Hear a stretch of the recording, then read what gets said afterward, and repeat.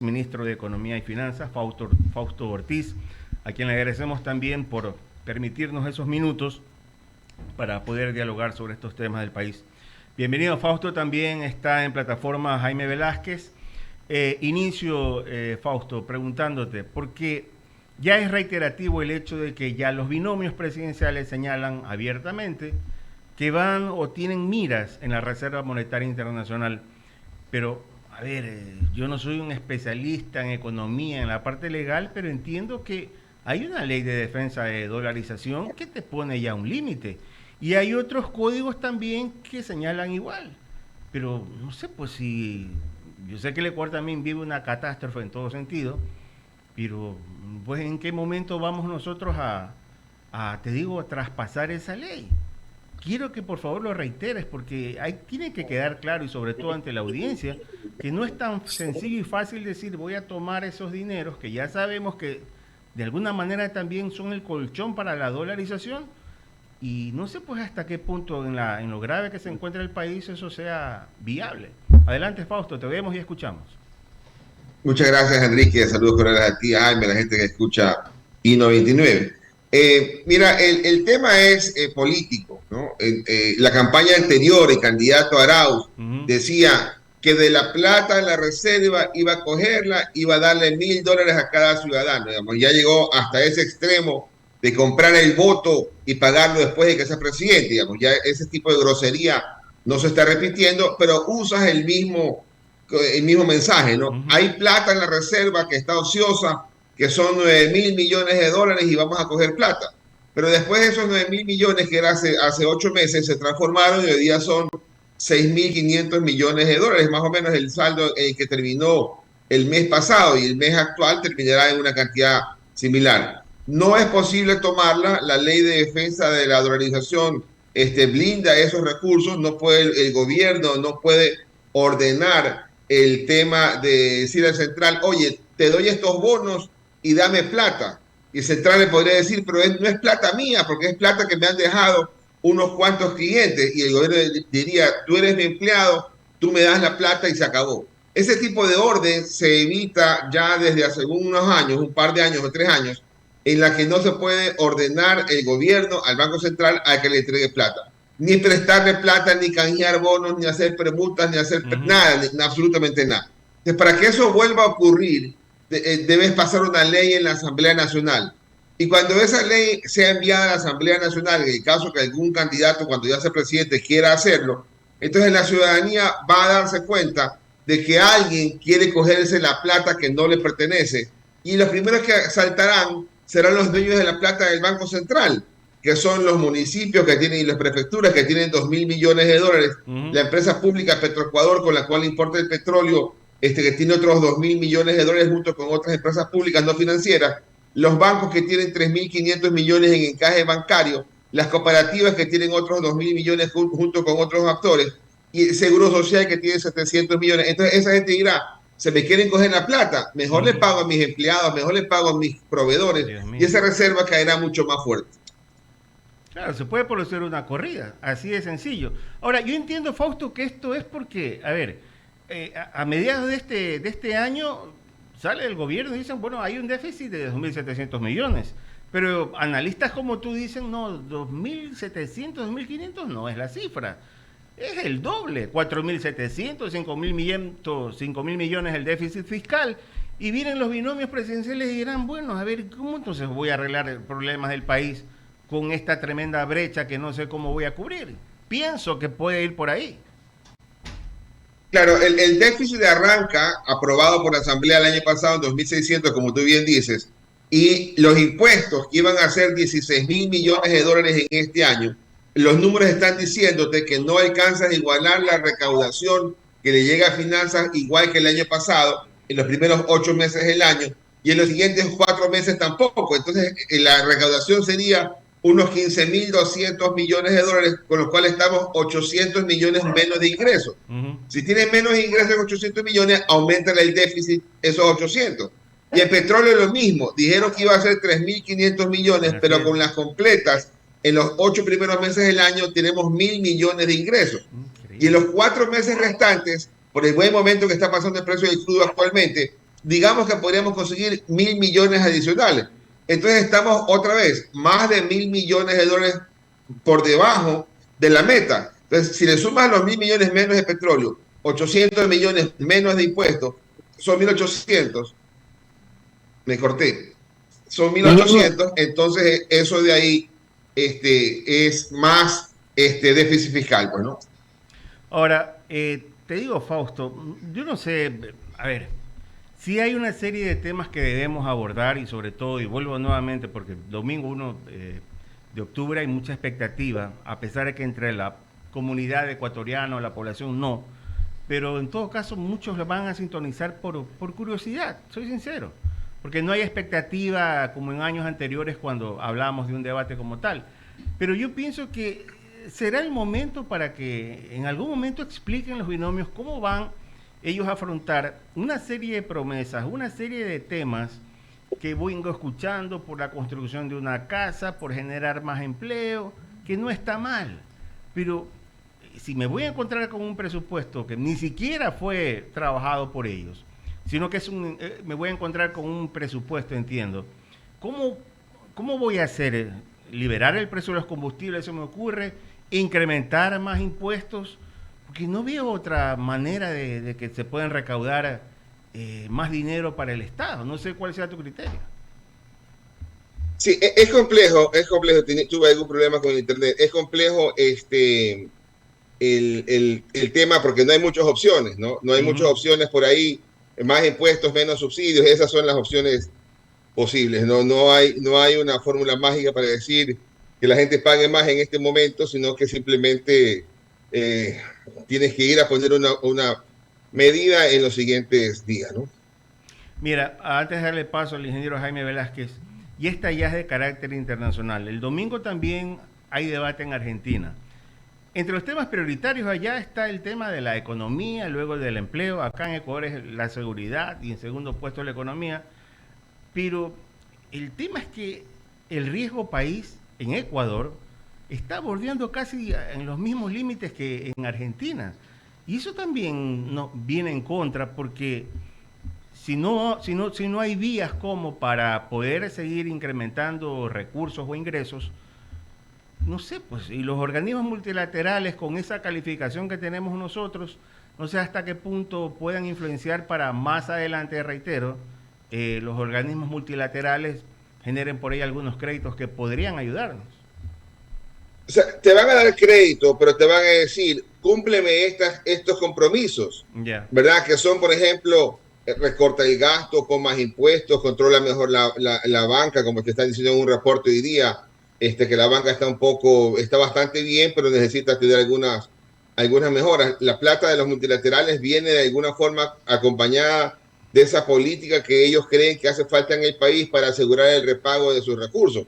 Y no es poca cosa los recursos multilaterales. Ecuador, del Fondo Monetario, después de Argentina, es el país que más recursos ha recibido del Fondo Monetario, que más deuda tiene del Fondo Monetario. Fueron los únicos que nos ayudaron en la pandemia con más de 7.000 millones de financiamiento cuando el país se nos caía en pedazos y perdimos más de 4.000 millones en ingresos, tanto de impuestos como de petróleo. Entonces, los recursos vienen, pero dicen, toma estas medidas o te recomiendo estas medidas para que las tomes y que puedas asegurarme el repago en el futuro. Los otros que nos prestan plata, digamos, los bonos de deuda externa, que son hoy día unos 15.000 millones de dólares del total de nuestros pasivos, esa gente te dice, yo no te presto plata pues, porque tú no me pagas, y entonces, y si quieres que te preste, ahí está la tasa del 20%, como que fuera chulquero, como usura, entonces que es simplemente, como sé que no me vas a pagar, aunque sea cobrando unos cuantos años de intereses, con eso ya me quedaría satisfecho. Increíble. Continúa el ingeniero Jaime Velázquez. Perdón, gracias, Bolo.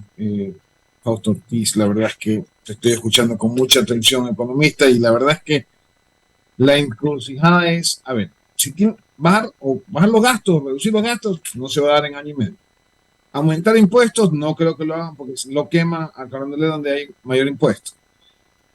Créditos, no sé cómo lo van a hacer porque ahora resulta que el crédito interno también juega y en un momento dado los bonos son comprados por el IES y entonces y seguimos esperando que no se acabe la plata del IES, pero el gobierno sigue sacando la plata del IES.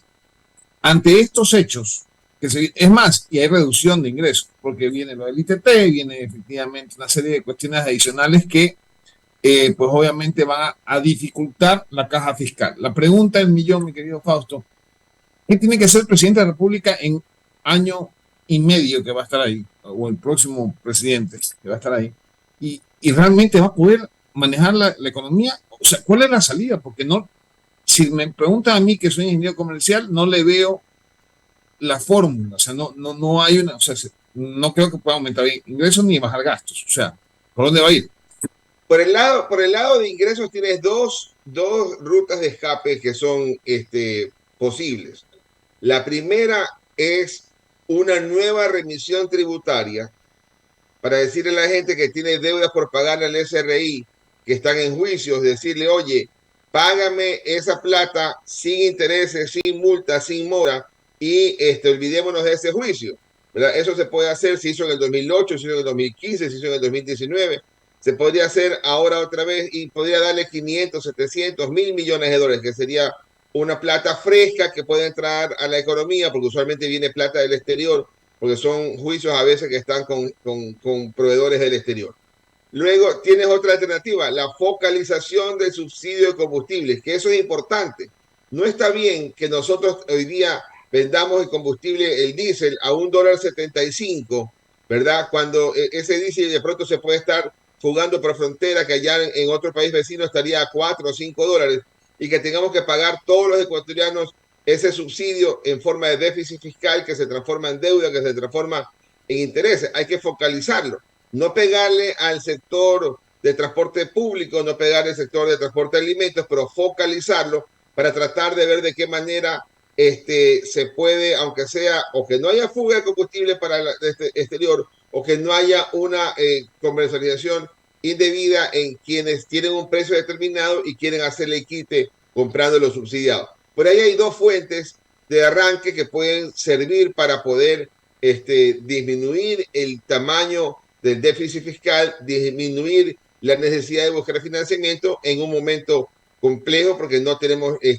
acceso a financiamiento fácil como era en el pasado. Difícil, ¿no? Yo te pregunto esto porque, si bien es cierto, esa es la medida correcta, o digamos desde el punto de vista económico, pero desde el punto de vista político, si quieren reelegirse, creo que va a ser muy complicado que quiten la focalización, o sea, o que focalicen el subsidio. Lo veo bastante complicado, se les va a parar el país encima, no sé. Ah, no, la opción de reelegirse tacha la de entrada, o sea, no hay forma de esa reelección, o sea, de una vez tacha esa opción. Lo que necesita ahorita es tratar de mantener el país y dejarlo un país bastante estable. No creo que sea tan difícil superar los 24 meses de presidente Lazo. No, creo que va a ser bastante sencillo en estos 16 meses hacer una mejor gestión que la gestión pasada, pero decir vamos a mejorar todo y vamos a cambiar todo y me van a reelegir la gente en hombros, eso no. Ojalá logremos tener grandes cambios en temas de seguridad, ojalá logramos tener una obra pública que mejore un poquito, una economía que fluya, un sector privado que tenga mejores condiciones de conseguir financiamiento, que esa también es otra. El crédito crece en el país a niveles del 12%, pero es malo, eso no alcanza para poder reactivar la economía, porque ese 12% está distribuido con un sector empresarial que crece 5% el crédito, que es bajísimo, un sector de consumo que crece 18%. Entonces, ojalá el crecimiento de la economía en el crédito pudiera crecer como crece el consumo, ¿verdad? Pero necesitamos que crezca el sector de la producción, ese 18%, que no sea solamente el 18% que crece el consumo, porque buena parte de ese consumo también es importado. Entonces, ojalá pudiera el sector privado, el que genera empleo, el sector productivo, crecer más que ese 5% que recibe en crédito. Tengo una pregunta que vale la pena analizar, y es, se habla mucho aquí de que el Ecuador es una tierra donde se lava dinero, donde efectivamente existe una economía subterránea, porque las cifras que tú mencionas bien claras, económicamente hablando, hay momentos en que uno se pregunta, bueno, ¿realmente estamos mal económicamente? Porque tú ves, por darte un ejemplo, en los centros comerciales las grandes cadenas que han venido, como por ejemplo H&M, Zara, estas tiendas de ropa, ¿no? Que en un momento dado hacen mucho boom en Estados Unidos, en Europa, resulta que están en el Ecuador.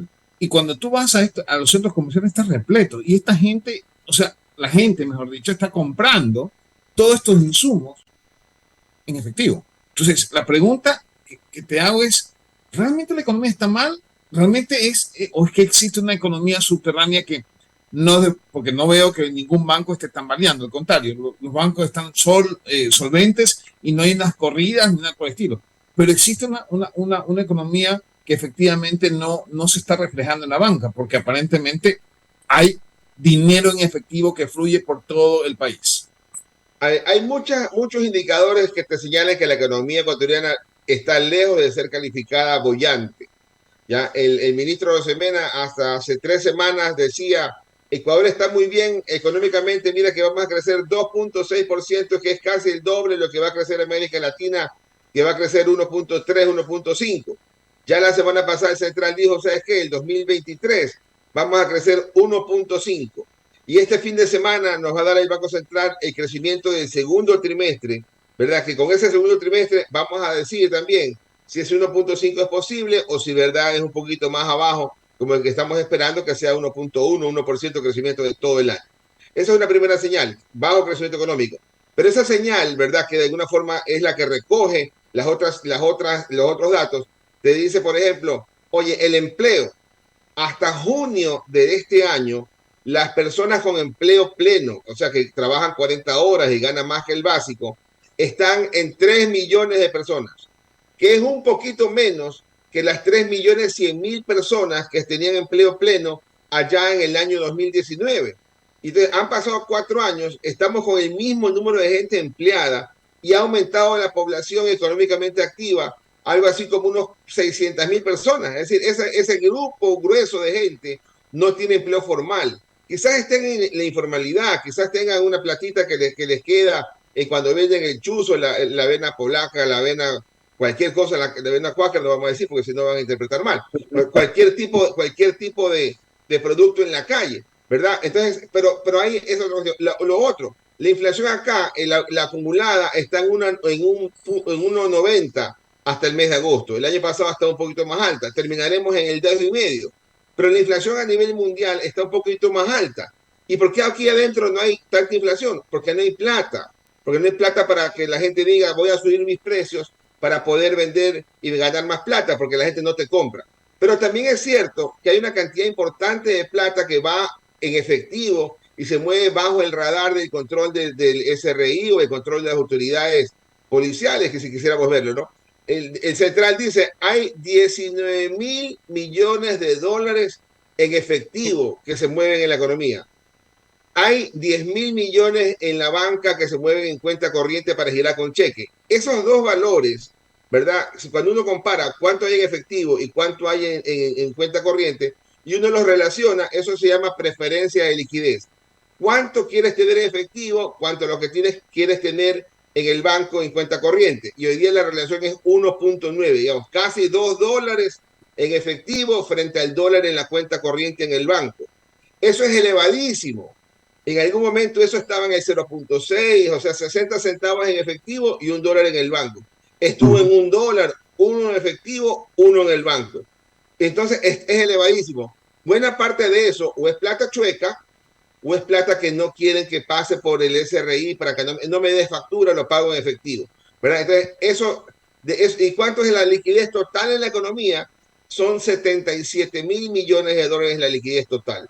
¿Ya? Entonces, es una parte importante de esos 19.000 de los 77.000, es importante. Quiere decir que hay una parte que está depositada en la banca en depósito de plazo, otra en efectivo disponible y esos 19.000 millones. Entonces, sí es cierto, pero el hecho que haya efectivo no te deja de implicar de que la economía está estancada, de que estamos hoy día con una economía que no genera empleo, ¿verdad? Entonces hay actividad informal importante y la gente no logra emplearse para poder pagar la seguridad social, para poder tener acceso a financiamiento formal. Entonces eso es una realidad que estamos viviendo hoy día.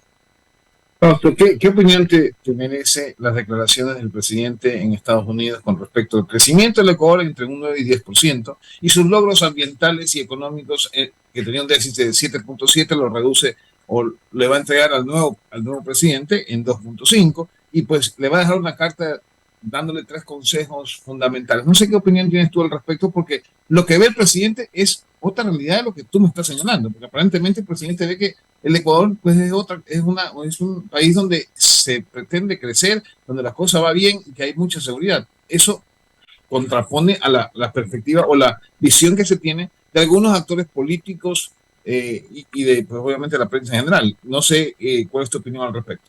Yo la carta me imagino que dirá gracias por salvarme. No creo que pueda decir otra cosa más el presidente de la República de consejos, porque la verdad que esperábamos mucho de su gestión y terminó siendo bastante mala al punto de que ni siquiera pudo presentarse para una reelección porque sabía que no tenía para nada ningún tipo de posibilidad. Se esperó mucho en el tema empresarial, se esperó mucho en la parte de seguridad, se esperó mucho en la parte de crecimiento económico. Y esto es decir, el déficit fiscal lo recibí en 7, lo entrego en 3. Es ficticio, porque claro, estaba en 7 porque se cayeron 4.000 millones de dólares por la pandemia. Sin la pandemia estábamos entonces en 3.000 millones de déficit y lo entregan los mismos 3 puntos del PIB que son ahorita casi 5.000 millones de dólares. La economía hoy día medida por el Producto Interno Bruto real, es idéntica a la economía del 2018. Es decir, no hemos aumentado nada en 5 años. Eso es terrible, ¿verdad? Pero si tú quieres medir desde que nos caímos por la pandemia a hoy día, claro, eso se llama rebote, pero no es tu gestión. La gestión del gobierno no le permitió ni siquiera superar la época prepandemia. O sea, estamos idénticas. Nuestro tamaño de economía hoy día, de 2023, es el mismo tamaño de la economía del 2018, lo cual es terrible porque no puedes generar empleo y si no generas empleo, ¿de qué bienestar puedes hablar? Correcto, y lo otro que te iba a decir es, más allá, analizando justamente el gobierno de Guillermo Lasso, una de las falencias fue lo que tú estás señalando, que no hubo gestión, es decir, no hubo ejecución. Y esto se debe a que el equipo con el que se contaba en su momento, obviamente faltaba esa experiencia del manejo público.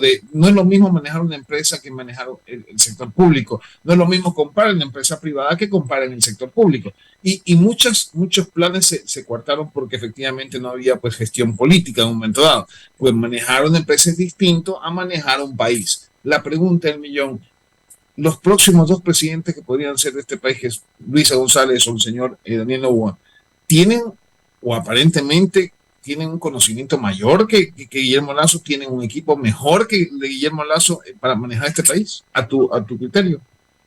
A ver, mira, yo creo que no hay más experiencia. El tema es, ¿te vas a dejar asesorar, te vas a dejar apoyar o no? Para mí eso es básico. Si tú crees que no me voy a dejar, no, todo lo que hago está bien y no hago nada mal y no te escucho porque tú estás en contra de lo que yo digo, eso está fregado. Pero entonces el que llegue debe hacer las cosas con un equipo que tenga conocimiento, que sepa qué hacer las cosas, que sepa escuchar. El presidente de la República actual quizás tiene esa gran debilidad de que no puedes decirle que no, por ahí no es el camino. Pero no es el caso de ese presidente solamente. Ese de alguna forma es el perfil de los presidentes, ¿no? Entonces, el presidente debería tener ahí siempre a alguien que sea el que le diga las cosas tal como son y que sepa que no, primero que no sea empleado para que no lo pueda votar, ¿no?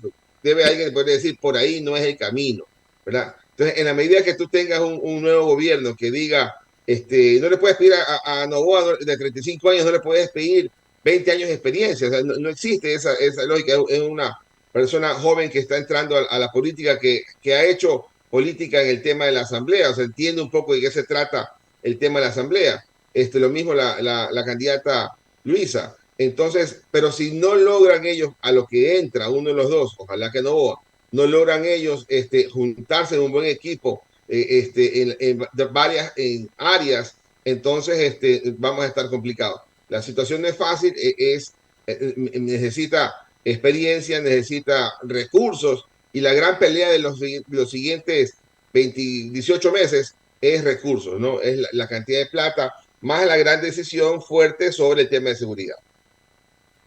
Fausto, y la última pregunta antes de dar por terminada la entrevista. El tema del ITT, que va a afectar a la caja fiscal muy fuerte, con 1.200 millones menos en ingresos, y para desmontarlo, igual va a ser unos 600 o 700 millones. ¿De dónde se va a sacar la plata? Porque no veo un match para decir, bueno, dejo de producir y tengo la plata para sacar, y después, ¿cómo lo voy a reemplazar? Porque esas son las preguntas del millón, ¿no? ¿Cómo lo ves tú? A ver, para mí ese problema es un problema del año 2025, no es un problema del año 2024. Pero la consulta te da un año un año de días hábiles, ¿verdad? O sea, no son solo 365 días, porque te dijeron al término de un año, ¿no? O sea, entonces no es al plazo de un año, es un tema legal ahí. Entonces eso es por allá por mayo del 2025, desmóntelo. Entonces, claro, habrá que trabajar en el plan para desmontarlo, cuánto tiempo nos toma, 2 meses, 3 meses, 6 meses, cómo junto la plata. Entonces tienes tú todo el año 2024 para dejar que esos 50.000 o 60.000 barriles diarios se sigan produciendo, se genere plata, se ponga la plata aparte para poder desmontarla, se ponga la plata aparte para poder operar y remediar, se ponga la plata aparte para poder ayudar a las comunidades que se van a quedar complicadas ahí. Entonces, si tienes un año de mediana tranquilidad, en donde ojalá pudieran inclusive aumentar más la producción para poder extraer hasta la última gota, hasta el último día que el pozo esté funcionando, y luego de ahí ir al desmontaje con financiamiento, bien sea del mismo pozo, de los mismos pozos, del mismo bloque, o financiamiento aparte que va a complicar el 2025, y el gran perjudicado, entre comillas, va a ser el gobierno entrante. No son los 1.200 millones de dólares la pérdida, esa es la valoración del pozo o del bloque, pero también hay otros costos y eso algo se minimiza en esa cantidad. Yo calculo que las pérdidas para el presupuesto del Estado serán 400 o 600 millones de dólares, dependiendo del precio de que se encuentre el crudo. No es poca cosa, pero le va a tocar acomodarse a esa nueva realidad. El precio del petróleo se puede compensar, o sea, el precio me refiero en el futuro, ¿se puede compensar esa pérdida o no? ¿Esos 600 millones podríamos compensarlo con un aumento del precio del petróleo en el futuro, o realmente esto se ve cara de pescado? O sea, sí, el aumento del precio ayuda, ojalá aumentáramos la producción. A veces nos ocurre que con el precio alto nos agarran el peor momento de producción, que es el caso actual. Ojalá pudiéramos tener, en vez de los 480.000 barriles por día, ojalá pudiéramos tener los 530.000 barriles que tuvimos hace 4 o 5 años. Eso nos ayudaría. Hace 4 o 5 años acá ya perdimos un bloque 43, porque ya bajamos esos 45.000 o 50.000 barriles. Eso hay que tratar de recuperar esa producción, no en el campo ITT, no en ese bloque 43, quizás afuera, y eso hay que trabajar, y significa también inversión y plata que tiene que tener Petrocor para hacer la exploración y los procesos respectivos, ¿no?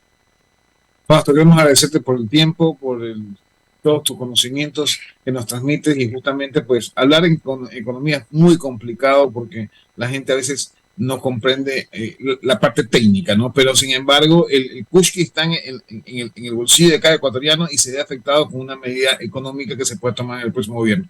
Agradecerte muchísimo y esperar que estés bien. Muchas gracias, Jaime. Saludos cordiales a ustedes en el programa y a la gente que escucha I99. Gracias, Fausto. Nos vamos a ir a un corte comercial, mis queridos compañeros, y regresamos enseguida para despedir el programa. Continuemos, Jaime, me indican acá. Continuemos, Dele. Ya, bueno.